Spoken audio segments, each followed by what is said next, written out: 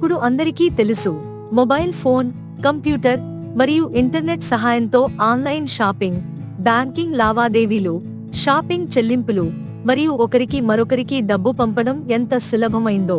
కానీ జాగ్రత్త, ఈ సౌలభ్యం ఎంత ఉన్నా మన డబ్బును మోసగాళ్ల నుంచి కాపాడుకోవడం అంతే ముఖ్యం. ఆ రోజు మన గ్రూప్ మీటింగ్లో కూడా ఇలాంటి మోసం గురించి మాట్లాడుకున్నాం. నమస్కారం, ఈ భాగంలో మనం డిజిటల్ మోసాల గురించి తెలుసుకుందాం. హే లత, ఇది స్వీట్ల పెట్టెనా? ఏంటి విషయం? అక్క, ఒక ఆన్లైన్ కంపెనీ లతకు 50,000 రూపాయలు ఇస్తోంది. అవును అక్క, ఇది తీసుకోండి, మీరు మిఠాయిను తినండి. నన్ను ఈ ఉదయం ఫోన్ చేసి నా ఆధార్ మరియు బ్యాంక్ వివరాలను సిద్ధంగా ఉంచమని చెప్పారు. వారు మళ్ళీ ఫోన్ చేసి చెక్ చేస్తారు, అప్పుడు నాకు బహుమతి డబ్బును పంపిస్తారు. లత, నువ్వు అలా చేయకూడదు. ఇలాంటి బహుమతి మోసాలు చాలా జరుగుతున్నాయి.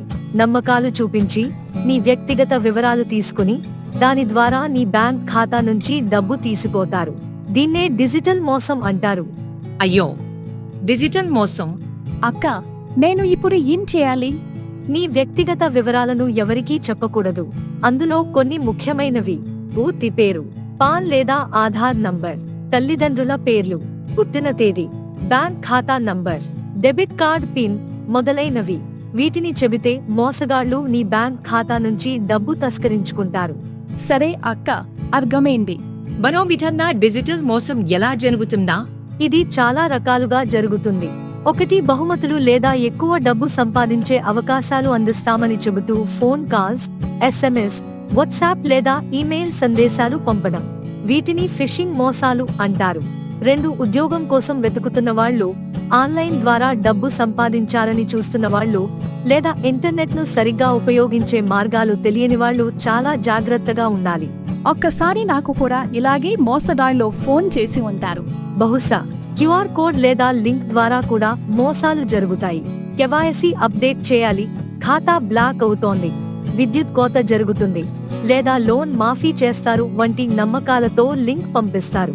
ఆ లింక్ పై క్లిక్ చేస్తే మన ఖాతా నుంచి డబ్బు కట్ అవుతుంది.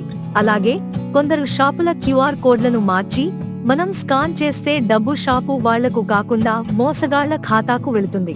హానికరమైన యాప్స్ ద్వారా కూడా మోసాలు జరుగుతాయి. ఓ, ఇకపై నేను కూడా ఇలాంటివి జాగ్రత్తగా చూస్తాను. ఖచ్చితంగా. మీకు తెలుసా, కొన్నిసార్లు సాధారణ SMS, వాట్సాప్ సందేశాలు లేదా ఇమెయిల్లు కూడా మోసానికి దారితీయవచ్చు. గుర్తుతెలియని వ్యక్తుల నుంచి వచ్చే మెసేజ్లను ఓపెన్ చేసినప్పుడు వాటిలో దాగి ఉన్న వైరస్లు అంటే ఎలక్ట్రానిక్ వార్న్లు మన ఫోన్లోని అకౌంట్ నంబర్, పిన్ తదితర ముఖ్యమైన సమాచారాన్ని రహస్యంగా తస్కరిస్తాయి. ఇంతకీ ఈ విషయం గురించి నేను అస్సలు ఆలోచించలేదు. ఇప్పుడు తెలిసింది కాబట్టి చాలా సంతోషంగా ఉంది. డిజిటల్ మోసాలను నివారించడానికి కొన్ని ముఖ్యమైన సూచనలు: మీ వ్యక్తిగత సమాచారం ఎవరితోనూ పంచుకోవద్దు. ఎవరి లింక్లను అనుమానాస్పదంగా ఉంటే క్లిక్ చేయవద్దు. QR కోడ్ స్కాన్ చేసే ముందు దాని నిజమైనదిగా ధృవీకరించుకోండి. మీ ఫోన్ మరియు కంప్యూటర్ సాఫ్ట్వేర్ అప్డేట్ చేసుకోండి మరియు యాంటీ వైరస్ వాడండి. మీ పిన్ లేదా పాస్వర్డ్ సులభంగా ఊహించగలిగే రీతిలో పెట్టకండి. మీ ఖాతాను తరచూ తనిఖీ చేయండి మరియు ఏదైనా అనుమానాస్పద లావాదేవీ ఉంటే వెంటనే బ్యాంకు చెప్పండి. అక్క, చాలా ధన్యవాదాలు.